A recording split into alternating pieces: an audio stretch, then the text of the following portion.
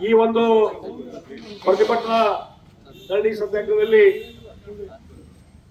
ನೇತೃತ್ವ ವಹಿಸಿದಂತ ಮಹಾನಗರ ಜಿಲ್ಲಾಧ್ಯಕ್ಷರು ಮತ್ತು ಹುಬ್ಬಳ್ಳಿ ಧಾರವಾಡ ಮಹಾನಗರ ಸಭೆ ಎಲ್ಲ ಹಿರಿಯ ಸದಸ್ಯರು, ಎಲ್ಲ ಘಟಕಗಳ ಅಧ್ಯಕ್ಷರು ಮತ್ತು ಎಲ್ಲ ಆತ್ಮೀಯ ಕಾರ್ಯಕರ್ತರ ಅಭಿಮಾನಿ ಬಂಧುಗಳೇ, ಆತ್ಮೀಯ ಮಾಧ್ಯಮದ ಮಿತ್ರರೇ, ಇವತ್ತು ಇಡೀ ರಾಜ್ಯದಲ್ಲಿ ಭಾರತೀಯ ಜನತಾ ಪಾರ್ಟಿ ಪ್ರತಿಯೊಂದು ಜಿಲ್ಲೆಯಲ್ಲಿ ಒಬ್ಬ ಭ್ರಷ್ಟ ಮಂತ್ರಿ ಇಂಥ ರಾಜೀನಾಮೆ ಕೊಡಬೇಕು ಅನ್ನುವಂತ ಹಿನ್ನೆಲೆ ಇಟ್ಟುಕೊಂಡು ದೊಡ್ಡ ಪ್ರಮಾಣದಲ್ಲಿ ಹೋರಾಟ ಮಾಡ್ತಾ ಇದೆ. ವಿಧಾನಸಭೆ ಮತ್ತು ವಿಧಾನ ಪರಿಷತ್ನಲ್ಲಿ ಸಹಿತ ನಮ್ಮೆಲ್ಲ ನಾಯಕರು, ಶಾಸಕರು ಕಳೆದ 3-4 ದಿವಸದಿಂದ ಹೋರಾಟ, ಧರಣಿ, ಸತ್ಯಾಗ್ರಹ ಎಲ್ಲವನ್ನೂ ಮಾಡ್ತಾ ಇದ್ದಾರೆ. ಆದರೆ ಡಿ.ಕೆ. ಶಿವಕುಮಾರ್ ಅವರ ಸರ್ಕಾರಕ್ಕೆ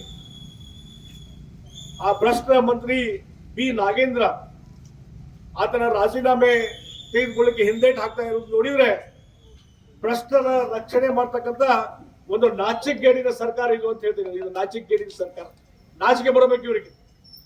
ಹಿಂದೆ ಸಿದ್ದರಾಮಯ್ಯನವರು ಮುಖ್ಯಮಂತ್ರಿ ಇದ್ದಾಗ ಅವತ್ತು ಈ ಬಿ. ನಾಗೇಂದ್ರ ಮಂತ್ರಿ ಆಗಿದ್ದ. ಅವರ ಇಲಾಖೆಗೆ ಬರ್ತಕ್ಕಂಥ ಈ ವಾಲ್ಮೀಕಿ ನಿಗಮ ಮಂಡಳಿಯ ಅಲ್ಲೇನೊಂದು ಸುಮಾರು 200 ಕೋಟಿ ಅವ್ಯವಹಾರ ಆಗಿದ್ದು ಹೊರಗಡೆ ಬಂತು. ಸಿದ್ದರಾಮಯ್ಯನವರು ಒಂದು ಪ್ರಿಲಿಮಿನರಿ ಎನ್ಕ್ವೈರಿನೂ ಮಾಡಿಸಿದ್ರು. ಅವತ್ತು ಭಾರತೀಯ ಜನತಾ ಪಾರ್ಟಿ ಹೋರಾಟ ಪ್ರಾರಂಭ ಮಾಡಿತು. ಎಲ್ಲ ಕಡೆ ವಿಧಾನಸಭೆಯಲ್ಲಿ ಹೋರಾಟ ಮಾಡಿತು. ಆ ಸಂದರ್ಭದಲ್ಲಿ ಸಿದ್ದರಾಮಯ್ಯರು ಒಂದು ಮಾತು ಹೇಳಿದ್ರು, ಏನಂದ್ರೆ 200 ಕೋಟಿ ಹಗರಣ ಅಲ್ಲಿದ್ದು 87 ಕೋಟಿ ಮಾತ್ರ ಹಗರಣ ಇದು ಅಂತ ಅನ್ನುವಂತ ಮಾತನ್ನ ಹೇಳಿದ್ರು. ಹಗರಣ ಆಗಿದ್ದಕ್ಕೂ ಒಪ್ಕೊಂಡ್ಬಿಟ್ರು. ಹಗರಣ ಆಗೈತಿ, ಒಂದಿಷ್ಟು ತಿಂದೇವಿ ನಾವು, ಅಷ್ಟು ತಿಂದಿಲ್ಲ, ನೀವು ಹೇಳುವಷ್ಟು ತಿಂದಿಲ್ಲ, ನಾವು ಸ್ವಲ್ಪ ತಿಂದೇವಿ ಅಂತಂದ್ರು.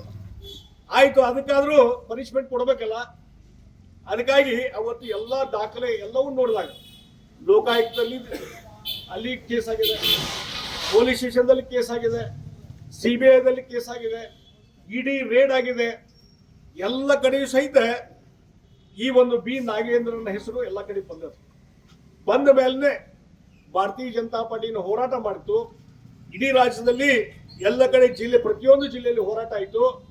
ಆ ಸಂದರ್ಭದಲ್ಲಿ ಸಿದ್ದರಾಮಯ್ಯನವರು ಹೇಳಿದ್ರು, ಬಿ. ನಾಗೇಂದ್ರ ಕರೆದು ನೀನು ರಾಜೀನಾಮೆ ಕೊಡಬೇಕಪ್ಪ ಅಂತ ಹೇಳಿ.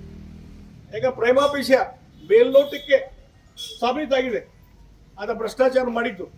ಮತ್ತೆ ಎಲ್ಲಿಗೆ ಬ್ಯಾಂಕ್ನಲ್ಲಿ ಹಣವನ್ನು ವಿಡ್ರಾ ಮಾಡಿಕೊಂಡು ಬೇರೆ ಬೇರೆ ನಾಗೇಂದ್ರಗೆ ಸಂಬಂಧಪಟ್ಟಂತ ಬೇರೆ ಬೇರೆ ವ್ಯಕ್ತಿಗಳಿಗೆ ಅಲ್ಲಿ ಅವ್ರ ಅಕೌಂಟಿಗೆ ಜಮಾ ಆಗಿ ಬಳ್ಳಾರಿ ಬೈ ಎಲೆಕ್ಷನ್ದಲ್ಲಿ ಹಣ ಖರ್ಚು ಮಾಡಿದ್ದು ಸದ್ಯಕ್ಕೆ ಎಲ್ಲ ದಾಖಲೆ ಆಗಿದೆ. ಆ ಅಧಿವೇಶನದಲ್ಲಿ ಆ ಮಿನಿಸ್ಟರ್ ಇದ್ದವರು, ಜವಾಬ್ದಾರಿ ಸ್ಥಾನದಲ್ಲಿ ಇದ್ದಂಥವ್ರು ನಿಜ ಸಂಗತಿಗಳನ್ನು ಹೇಳ್ಬೇಕಾಗ್ತದೆ. ನಿಜ ಸಂಗತಿ ಹೇಳದಿದ್ರೆ ಅಲ್ಲಿ ಅವ್ರ ಮೇಲೆ ಕಂಟೆಂಪ್ಟ್ ಪ್ರಿವಿಲೇಜ್ ಮೋಷನ್ ತರಬಹುದು. ಅಂತ ಸಂದರ್ಭದಲ್ಲಿ ಒಬ್ಬ ಜವಾಬ್ದಾರಿ ಸ್ಥಾನದಲ್ಲಿ ಇರ್ತಕ್ಕಂಥ ಪರಮೇಶ್ವರ್ ಅವ್ರೇನು ಸ್ಟೇಟ್ಮೆಂಟ್ ಕೊಟ್ಟರು, ಯಾವುದೇ ಚಾರ್ಜ್ ಶೀಟ್ ಮತ್ತೊಂದು ಎಲ್ಲಿಯೂ ಸಹಿತ ಬಿ. ನಾಗೇಂದ್ರ ಹೆಸರು ಇಲ್ಲ, ಆತ ಅಪರಾಧಿ ಅನ್ನುವಂಥದ್ದು ಎಲ್ಲಿಯೂ ಇಲ್ಲ, ಆತ ಯಾಕೆ ರಾಜೀನಾಮೆ ಕೊಡಬೇಕು ಅನ್ನುವಂಥ ಪ್ರಶ್ನೆಯನ್ನು ಕೇಳಿದ್ರು. ಅಂದ್ರೆ ಸುಳ್ಳು ಮಾಹಿತಿಯನ್ನ ಸದನಕ್ಕೆ ಕೊಡುವಂತ ಕೆಲಸ ಪರಮೇಶ್ವರ್ ಮಾಡಿದ್ರು. ಈ ನಿನ್ನೆ ಮೊನ್ನೆ ಸದನ ನೋಡಿರ್ಬೋದು, ನಮ್ಮ ಪ್ರತಿಪಕ್ಷ ನಾಯಕ ಅಶೋಕ್ ಅವರು ಎಲ್ಲ ರೆಕಾರ್ಡ್ಗಳನ್ನ ಸುಮಾರು 21 ಚಾರ್ಜ್ ಶೀಟ್, ಆ 21 ಸಿಬಿಐ ಮಾಡುವಂಥದ್ದು, ಲೋಕಾಯುಕ್ತ, SIT ಮತ್ತು ಇಡಿ ಎಲ್ಲ ದಾಖಲೆಗಳನ್ನ ಮುಂದಿಟ್ಟು ಹೇಳಿದ್ರು, ನೋಡ್ರಿ ಎಲ್ಲ ಕಡೆನೂ ಬಿ. ನಾಗೇಂದ್ರ ಹೆಸರಿದೆ, ನೀವು ಹೆಸರು ಇಲ್ಲ ಅಂತ ಹೆಂಗೆ ಹೇಳ್ತೀರಿ? ಹೀಗಾಗಿ ಅಲ್ಲಿ ಕಾಂಗ್ರೆಸ್ಸಿನ ಶಾಸಕರು ಕಕ್ಕಾಬಿಕ್ಕಿ ಆದ್ರು. ನಾವೇನು ನಂಬಿದ್ವಿ ಪರಮೇಶ್ವರ್ ಹೇಳಿದ್ದನ್ನ, ಆದ್ರೆ ಇವತ್ತು ಬಿ. ನಾಗೇಂದ್ರ ಹೆಸರು ಎಲ್ಲ ಕಡೆ ಇದೆ ಅನ್ನೋದ್ರೆ ಅವರೇ ಈಗ ಚಾಲು ಮಾಡಿದ್ದಾರೆ ಕಾಂಗ್ರೆಸ್ ಅವರು ಒಳಗೊಳಗೆ. ಇಲ್ಲ ಅವ್ನು ರಾಜೀನಾಮೆ ಕೊಟ್ಟು ಕಳಿಸ್ಬಿಡ್ರಿ, ಇಲ್ಲ ಕೆಟ್ಟ ಹೆಸರು ಬರ್ತದೆ ನಿಮ್ಗೆ ಅಂತ.